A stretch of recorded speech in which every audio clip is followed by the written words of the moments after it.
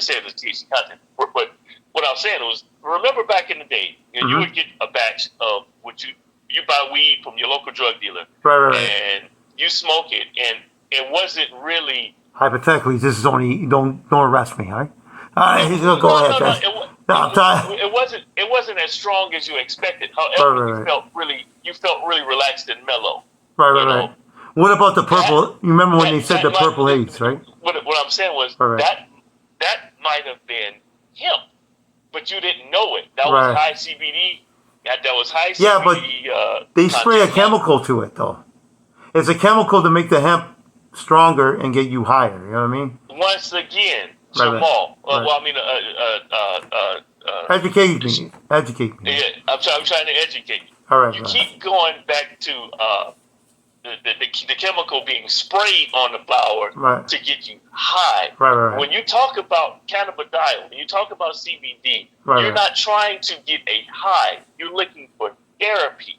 They didn't legalize cannabidiol for people that want to get high. However, there is you may get a slight euphoric feeling from it, but technically your high comes from high THC flower, which is considered marijuana. There's different strains for that.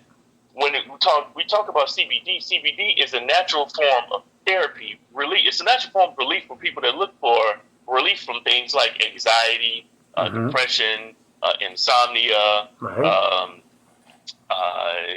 They have appetite problems. It's a natural cure for things like that, as opposed to taking Ritalin or Prozac or Zoloft or those pharmaceuticals. Cannabidiol is a natural way to relieve yourself of those mental ailments. Wow, I didn't even know that. I think Shay's over here has been smoking a lot because now she's eating like crazy right now. That's one of the side effects, right? There's nothing wrong with that. There's nothing wrong with that. She won't stop eating, As opposed to Prozac, as opposed to Prozac, Zoloft, those mental medications. As opposed to that, you can take too many pills, yes, and you'll have to go to the ER.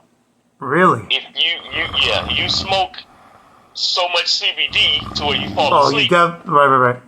That's what happens. You fall asleep. Right.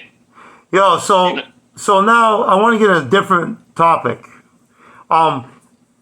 What's the difference between vitamins versus pharmaceutical pills? Like, stuff that's going to heal you and then give you these pills. Like I have Crohn's disease, right? So I used to take, not Percocets, those are pain medicine. Vicodin, not Vicodin. You get me all in this drugs now. It's all in my head. I'm all drugged up. No, it's all good. What was it? What's it? Remicade.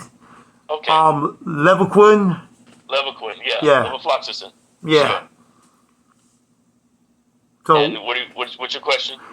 Okay, so now since I've been taking natural vitamins and I've been watching my diet, I haven't taken Levaquin. I haven't taken Remicade. I did take Humira for about a year. And Humira worked, but it did give me cancer stage 2.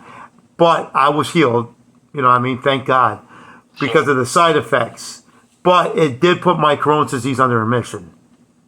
So now I just watch, I can't eat corn or something that's hard because it's hard to digest. But the stuff that I was taking, Remicade, Levaquin, I used to have to take 20 pills for Crohn's disease.